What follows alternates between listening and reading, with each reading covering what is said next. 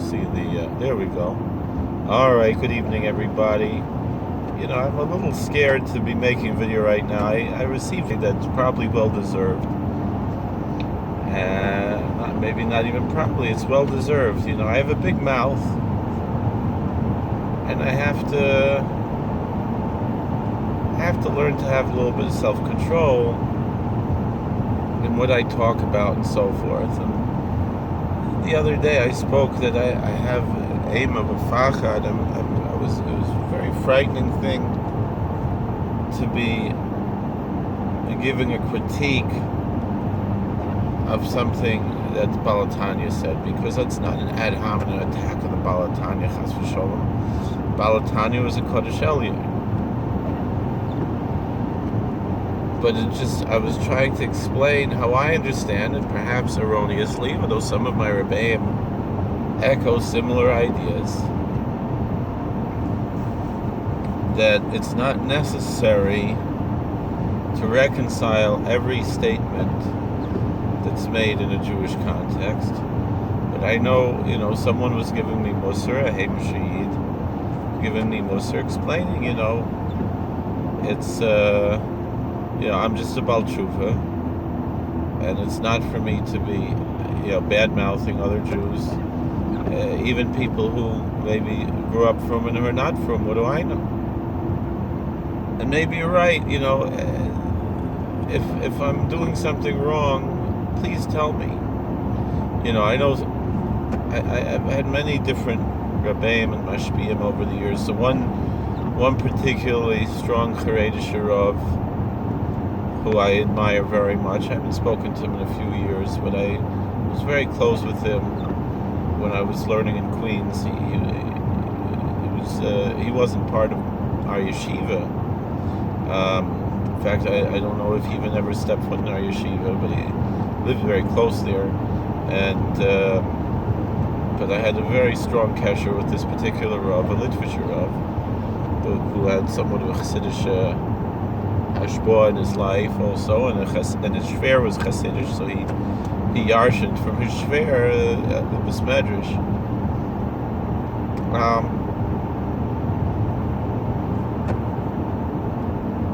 But this Rav said to me, it's not right for a ger or Baal Tshuva to be, expressing opinions that are in his mind, in his opinion. And he said that he admitted this is his opinion.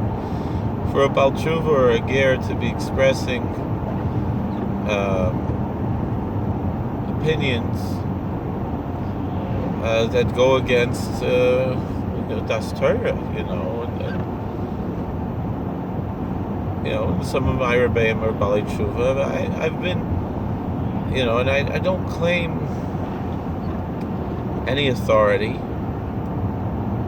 To me, the title rabbi, for me, I don't mean for other people. Other people, the title rabbi might bestow on them any authority. I don't claim any authority in the title rabbi. I know some people feel that perhaps I'm doing this, but I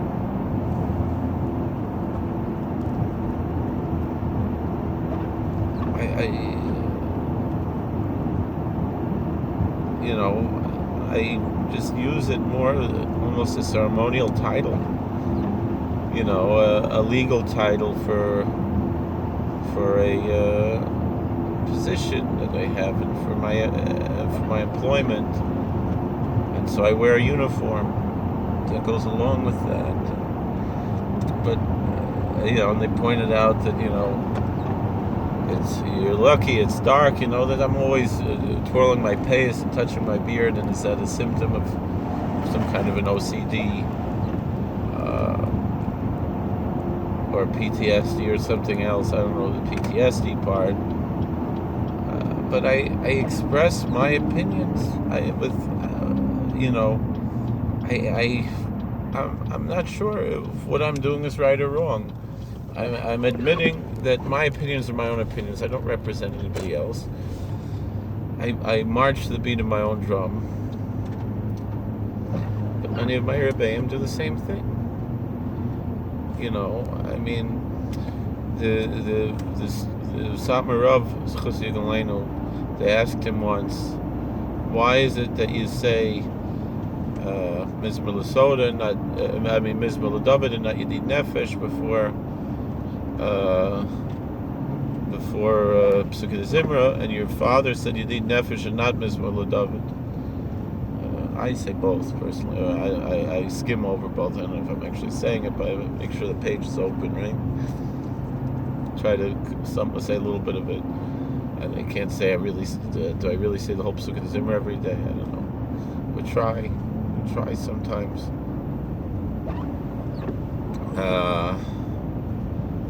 But I don't skip any pages,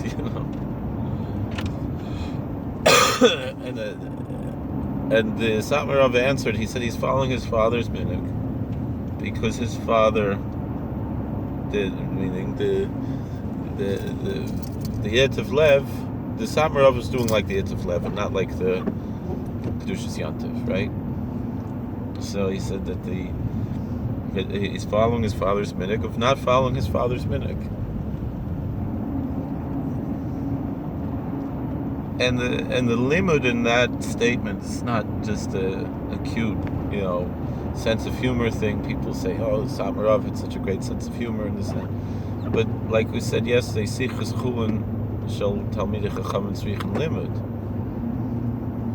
There's a lesson in that, and my rebbeim that I follow, that I speak to on a regular basis, are outside of the. They also march the beat of their own drum. Every one of them. And my, and my Shiva, who was he was a balabas by Rav Avigdor Miller. He said as much as he loved Rav Avigdor Miller, he didn't follow everything Rav Avigdor Miller said, and he even disagreed with Rav Avigdor Miller, but he loved him, and that was his Rebbe, and that's who taught him how to be a religious Jew. He said until then he was only an observant Jew, but he wasn't really religious. But Rav Miller made him both observant and religious. That's the way Rav Shiva expressed himself.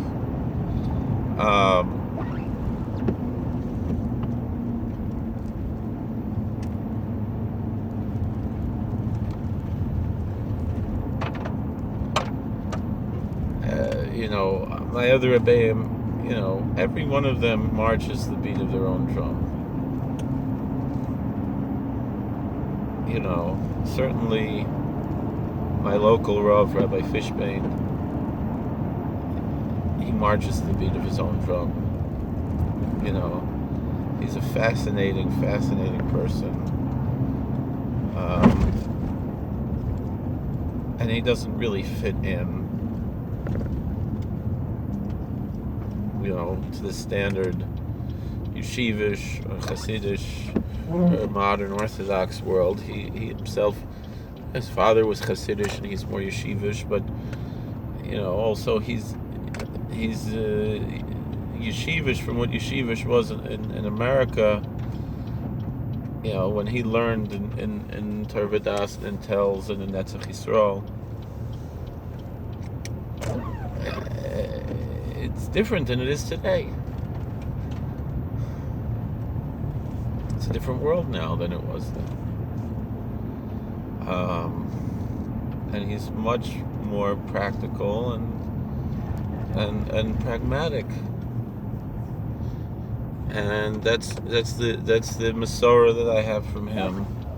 And then we'll talk about. I don't know if I can consider myself a Talmuder of Ariel Bar Tzadok. I only met him once, and I really only spoke to him 2 or 3 times, not very many times, but I like to listen to him a lot. He's certainly a man who walks to the beat of his own drum. I don't think I have to explain it to anybody who knows him or knows anything about him. And not only that, but he's a dynamic figure in the sense that he doesn't remain. He's the Rabbi Bar Tzadok that we have today is not the Rabbi Bar Tzadok from 20 years ago. I mean, he's grown. and he's changed over the years, and I mean that in a positive way. Not that there was that much of Hasaran there before, but what I'm saying is that he's a dynamic figure in the way he conducts himself. Or Moshe Weinberger, also not someone who I speak to on a regular basis. He was my Rebbe in high school. I think everyone can agree he marches to the beat of his own drum.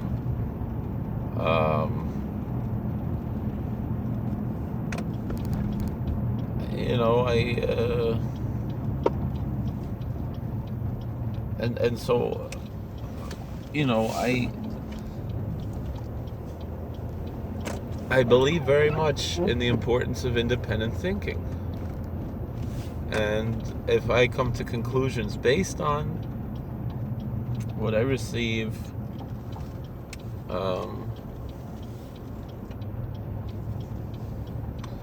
you know, based on the Masorah that I have, but I come to conclusions that are not mainstream, but have makaros in our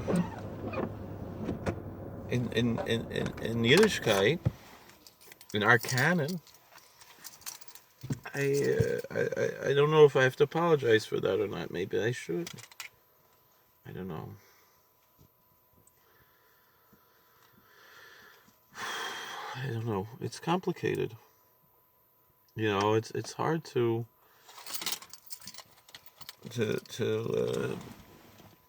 identify things like this. So I don't know. You tell me what you think. When I'm doing something wrong, call me out.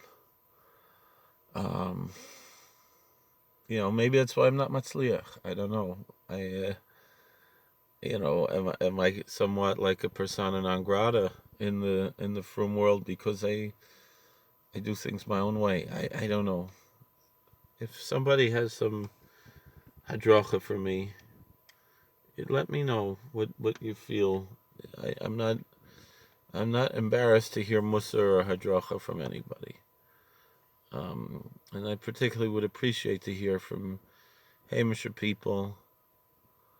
I have other Rebbeim. I have one I really don't mention because even I mention him sometimes. Certainly marches to the beat of his own drum. Totally independent thinker. From he's also Baal Tshuva, but Baal Tshuva for a long time, a man in his 70s, and he was a Rav in several different shuls in different communities, and retired Rav, and a very, you know, a person that people don't really know about. I think Mamish, one of the hidden tzaddikim and gedolim of the Dor, with his knowledge, a fantastic, incredible person. Marches the beat of his own drum. Doesn't kowtow. Doesn't toe any party line. And so I'm, in my humility, you know, I mean, they always told us in yeshiva, you know, they said, you know, whoever you want to be this or that, certain controversial rabbinical figures, and you want to emulate them. They mentioned certain people I don't have to mention. Two who passed away in the 1990s who were famous. One was a politician, one was a singer. And there were guys who were fans of them. I was also fans of them. The singer I'm not such a fan of anymore, particularly because of this one Rebbe of mine who considers himself a victim of his in a certain way. And the other one, you know, I strongly disagree with his politics. Still respect. But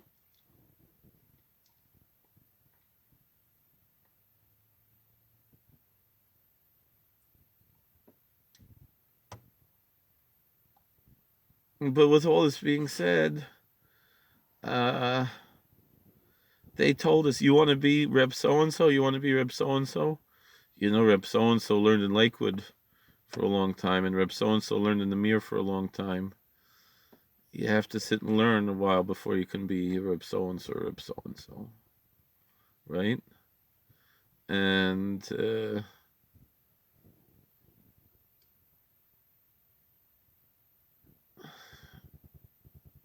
there's something to that, and maybe I haven't learned enough. Maybe I have to go back to, maybe I should go join a kollel somewhere, a night kollel, something. You can sit and learn. I don't know. It's a schlep to go anywhere, but I should probably sit and learn among Jews and not just the way I learn. All right, I can, like my Shiva, Rabbi Lazarus Shlita, he learns 14, 15 blot a day. And he says, I daven through it. What is it really worth? And so I daven through 2 blot a day, 2.5 blot a day, sometimes more. Maybe it's the same thing, that I'm not getting what I need, And I'm a big ball guy for, I don't know. So, and I say these controversial things. And maybe I shouldn't say them, and if I'm saying anything ad hominem, if anyone thinks that I'm making an ad hominem attack, attacking other Jews, that's not my intention at all. I want to discuss issues. I want to discuss ideas. I'm not here to talk about people. That's not my job. That's not what I'm not. I have respect for even those I disagree with. I'll not be honest. To criticize this one singer that's controversial, it hurts me because I grew up, quote unquote, being told, what there was certain godless in him, a certain greatness in him, and yet, I am frightened. I don't want to make the mistakes that he made.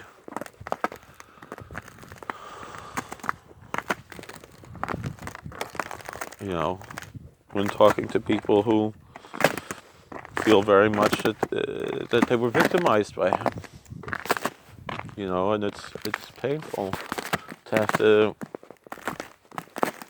talk about that. So, but I don't want to attack anybody ad hominem.